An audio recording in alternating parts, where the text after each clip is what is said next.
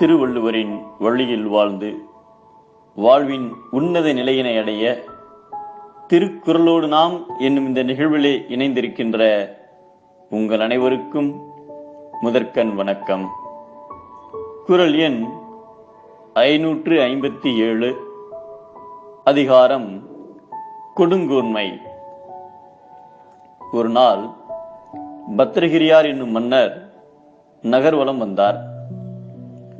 மன்னர் வருகிறார் வருகிறார், ஓரம்போங்கள் என ஒரு சிப்பாய் சத்தம் போட்டுக்கொண்டு முன்னால் சென்றார். அவரை பார்த்ததும் தெருவில் உள்ளோர் எல்லோரும் ஓடி ஒளிந்து கொண்டனர். அப்போது அழுக்கான ஆடையோடு ஏழ்மையான கோலத்தில் பட்டினத்தார் நடந்து வந்தார். அவரை பார்த்ததும், ஏ மனிதா, ஒதுங்கிப்போ, எங்கள் மன்னர் வருகிறார் என்றார் சிப்பாய். பட்டினத்தாரோ, என் கண்ணுக்கு இத்திருக்கோடியில் ஒரு தூசிதான் தெரிகிறது, உங்கள் மன்னர் என்ன தூசி போன்றவரா என்று கேட்டார். வந்ததே கோபம் சிப்பாய்க்கு.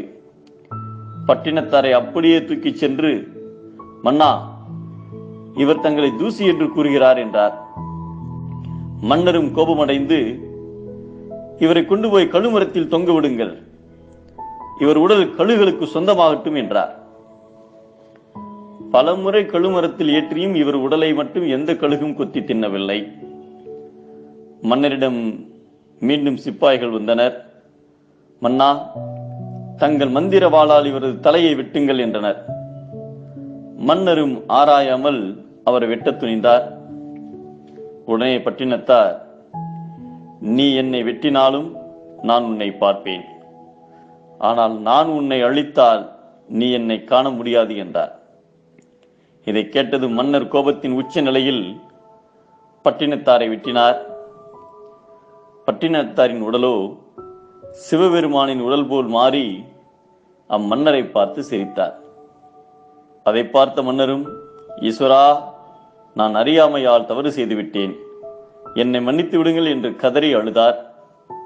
இறைவனும், நீர் இறைவனின் திருநாமத்தை நினைத்த போதே உங்களை மன்னித்து விட்டோம் என்று சொல்லி பட்டினத்தார் அவ்விடமிருந்து கிளம்பினார். மழை துளி இல்லை என்றால் உலகம் எத்தகைய துன்பத்திற்கு ஆளாகுமோ, அதேபோல் அருள் இல்லாத மன்னரின் ஆட்சியில் குடிமக்கள் அல்லல் படுவார்கள் என்பதை துளியின்மை ஞாலத்திற்கு எட்டற்றே, வேந்தன் அலியின்மை வாழும் உயிர்க்கு என்கிறார் நம் தெய்வப்புலவர் திருவள்ளுவர். அருளில்லா மனிதம் கொடுமை, அருள் கொண்ட மனிதம் பெருமை.